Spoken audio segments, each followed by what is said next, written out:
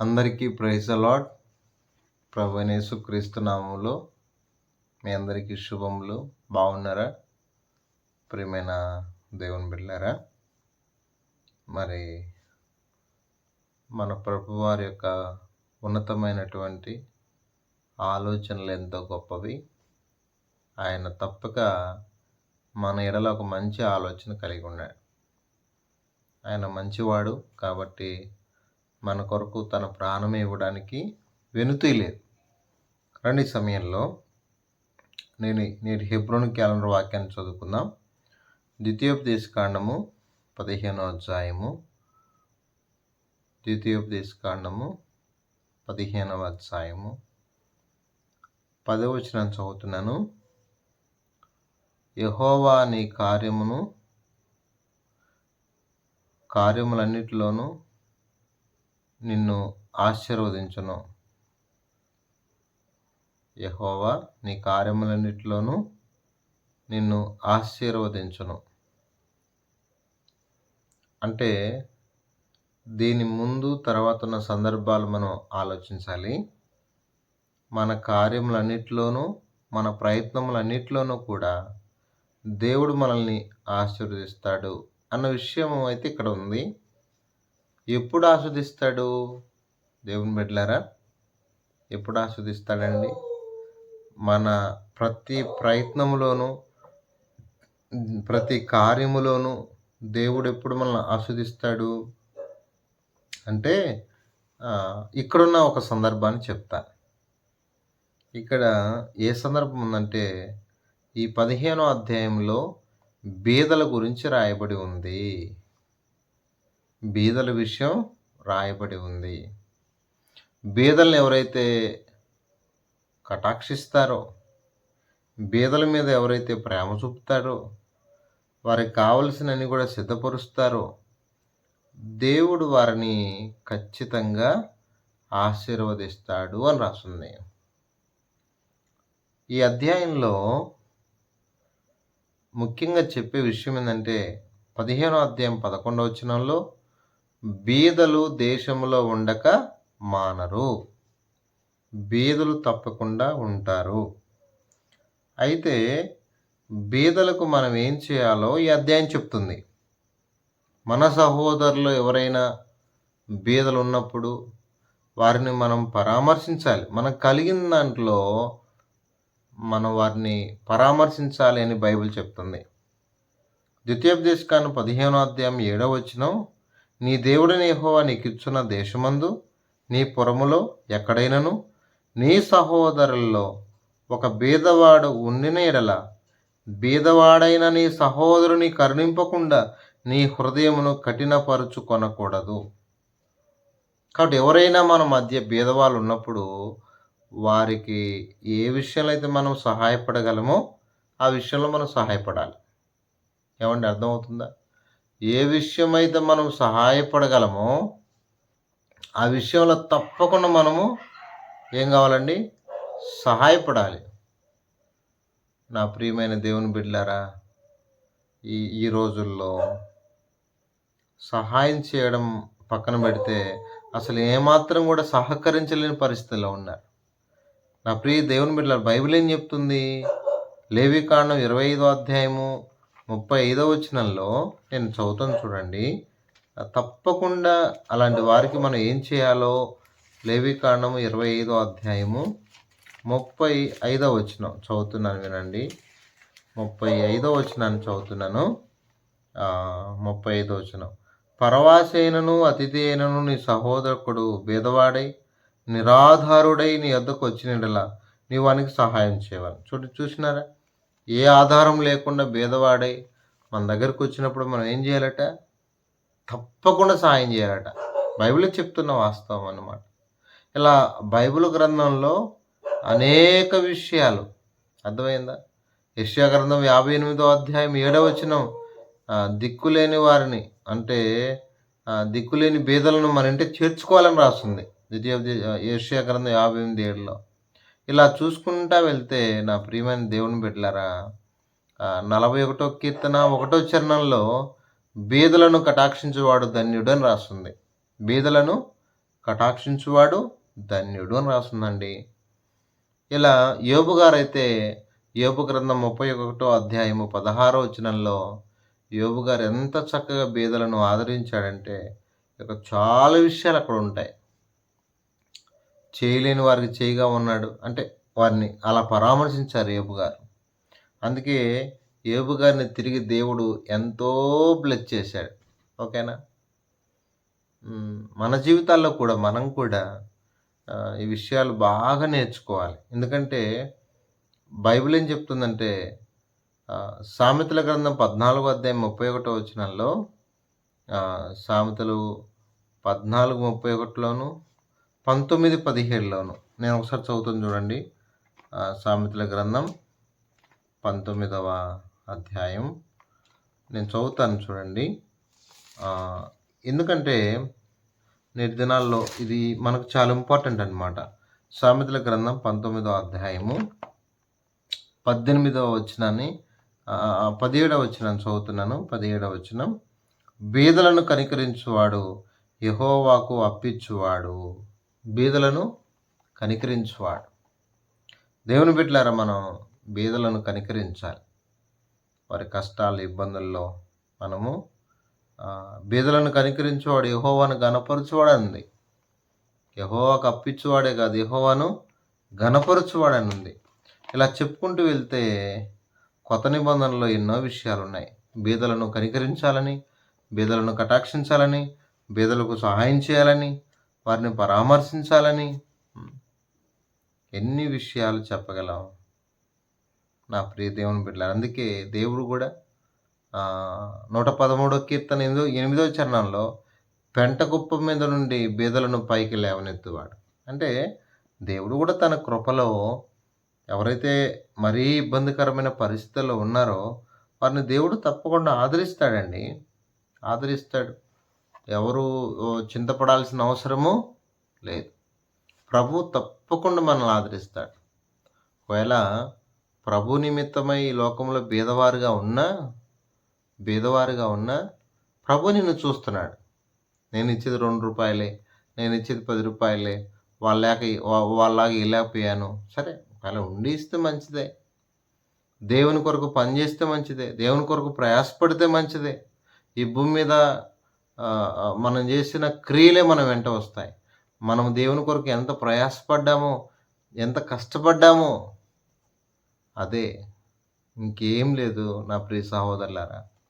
ఈ భూమి మీద ఇంకేం మనం తీసుకుని వెళ్ళేది ఏమి కూడా. కాబట్టి ఇప్పుడు మనము మన కార్యములన్నిటిలోనూ మనం ఆశీర్వదించబడాలి అంటే మనం ఏం చేయాలంటే బీదలను, ముఖ్యంగా బీదలను ఏం చేయాలి?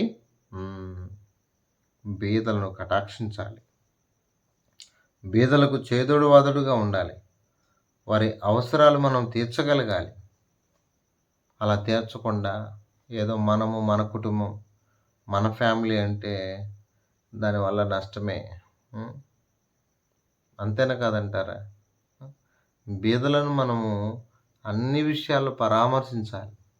అందుకే యేసుప్రభు మొట్టమొదటి చెప్పింది బీదలకు సువార్త ప్రకటించమన్నాడు. ఎందుకంటే వారు చెప్పిన మాట వింటారు. చాలా సందర్భాల నువ్వు అమ్మి బీదలకు ఇమ్మన్నాడు. ఏది కూడా చూడండి, అపోస్తలులు ఎలా చేశారంటే వాళ్ళకున్న చరస్థిరాతులన్నీ అమ్మి అందరు సమిష్టిగా ఇంకెవ్వరు బీదవారు ఉండడానికి వీల్లేదు అన్నట్టుగా. కాబట్టి మన జీవితాల్లో కూడా మనం కూడా బహు చక్కగా స్పష్టంగా నేర్చుకోవాల్సిన విషయం ఏంటంటే ఎవరైనా నిరాధారులై ఇబ్బంది పడుతూ చాలా కటిక పేదరికంలో ఉంటూ సమస్యల్లో ఉన్న వారిని మనం తప్పకుండా పరామర్శించాలి. తప్పకుండా వారి కష్టాల్లో మనం ఓదార్చాలి. వారికి చేయూతనివ్వాలి. వారి ఇబ్బందుల్లో, వారి అనారోగ్యంలో, వారి కష్టకాలంలో, వారి కన్నీటిలో మనము తోడుగా ఉండాలి. ఒక చిన్న విషయం చెప్తాను. నా జీవితంలో జరిగిన ఒక సన్నివేశం చెప్తాను. నేను ఒకసారి హాస్పిటల్లో ఉన్నాను. హాస్పిటల్లో నేనే కొంచెం ఇబ్బందులు పడుతూ వేరే వాళ్ళని హాస్పిటల్కి తీసుకెళ్ళాను. నా దగ్గర కొంచెం అమౌంట్ ఉంది. కొంచెం బాగా వినండి. కొంచెమే అమౌంట్ ఉంది. ఒక ఆమె ఎంత పేదరికంలో ఉందంటే, వాళ్ళ కోడలు డెలివరీ అయింది హాస్పిటల్‌లో. కనీసం ఆ చిన్న బాబుకి, ఎందుకంటే కోడల దగ్గర పాలు లేవు. ఆ చిన్న బాబుకి పాలు పట్టీను డబ్బా పాలు కొంటారు కదా! సెర్లాక్ అని. కనీసం అవి తీసుకురావడానికి గూడా వాళ్ళ దగ్గర శక్తి లేదు. పాపం చాలా పేదవారండి. ఈ రోజుల్లో చాలామంది పేదవారున్నారు. ఒక విధంగా చెప్పాలంటే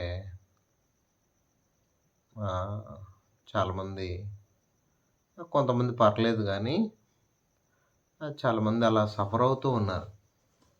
ఎందుకంటే సరైన అవేర్‌నెస్ లేక, సరైన చెప్పేవాళ్ళు లేక ఎక్కువ మంది పేదలుగా మారిపోతున్నారు.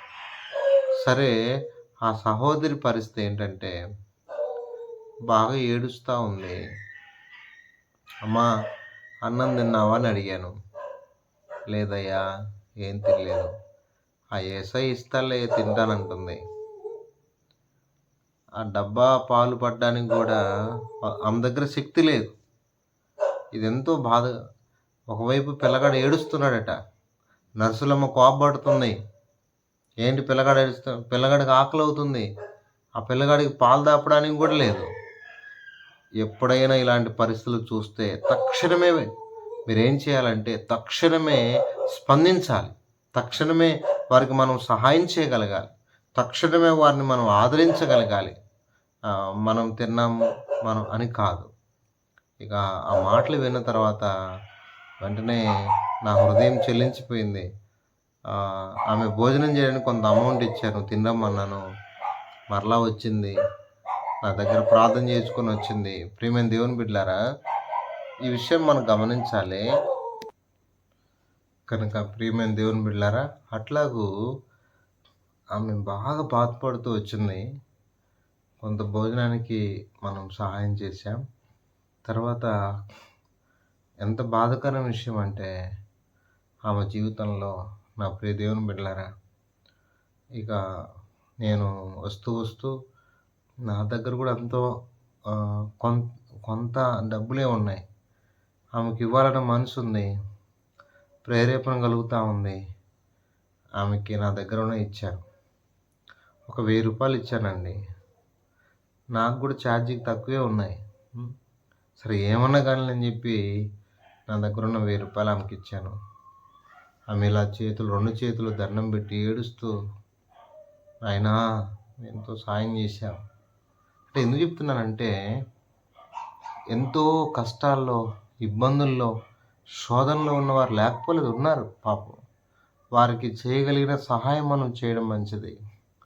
ఎంతో ఏడుస్తూ 2 చేతులు జోడించి, నాయనా చంటి బిడ్డ ఏడుస్తున్నాడయ్యా, ఆ బిడ్డ ఆకలి తీర్చడానికి నువ్వు చేసిన సహాయం ఎంతో గొప్పది నాయనా అని ఏడుస్తూ నేను వచ్చేంత వరకు నాకు దండం పెడుతూనే వచ్చింది. నువ్వు చేసిన మేలు మరవలేనయ్యా అని. నా ప్రియ దేవుని బిడ్డలారా, కాబట్టి మన జీవితాల్లో మనం గొప్ప కార్యాలు చూడాలంటే, మన కార్యములన్నిటిలో దేవుని ఆశీర్వాదం చూడాలంటే, ఈ విషయంలో మనం ఎప్పుడు వెనుకంజ వేయకూడదు. ఈ విషయంలో ఎప్పుడు కూడా, నేను ఎప్పుడైతే అలా చేశానో తర్వాత రోజే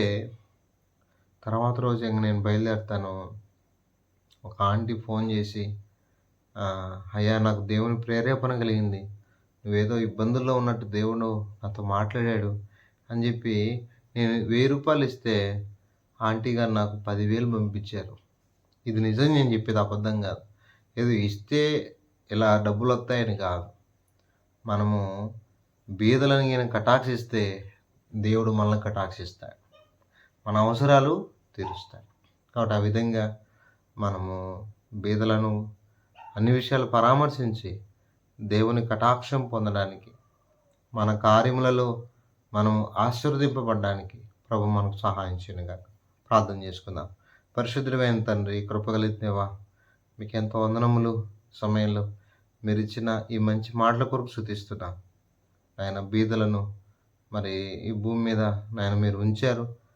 వారికి మేము చేయగలిగినంత సహాయం చేయగలిగినంత సహాయం చేయడానికి. బీదలు దేశంలో ఉండక మానరు, ఉంటారు. కనికరించని, కృప చూపని. మరి నీ కార్యములన్నిటిలో యెహోవా నిన్ను ఆస్వాదించును. అవును తండ్రి. ఆయన నువ్వు ఆస్వాదించాలి అంటే, మా కార్యములలో మేము ఆశీర్వాదకరంగా మారాలి అంటే, మేము బీదలను కటాక్షించాలని, కఠినంగా ఉండకూడదని, వారికి మేము సహాయం చేయాలని మీరు మాట్లాడినారు. సహాయం చేయి, కనికరించాలి. ఆ విధంగా మా క్రైస్తవ కుటుంబాలను, క్రైస్తవ సంఘాలను మీరు సిద్ధపరచమని ప్రార్థన చేస్తున్నాం. కనికరించండి. మీ కృపను కోరుతూ మా ప్రియులందరినీ కూడా మీరు ఆదరించండి. ప్రార్థన అవసరాలు కోరిన వారిని కూడా దీవించమని యేసు పరిశుద్ధ నామములో ప్రార్థన చేసి అడిగి వేడుకొనుచున్నాము తండ్రి. ఆమేన్.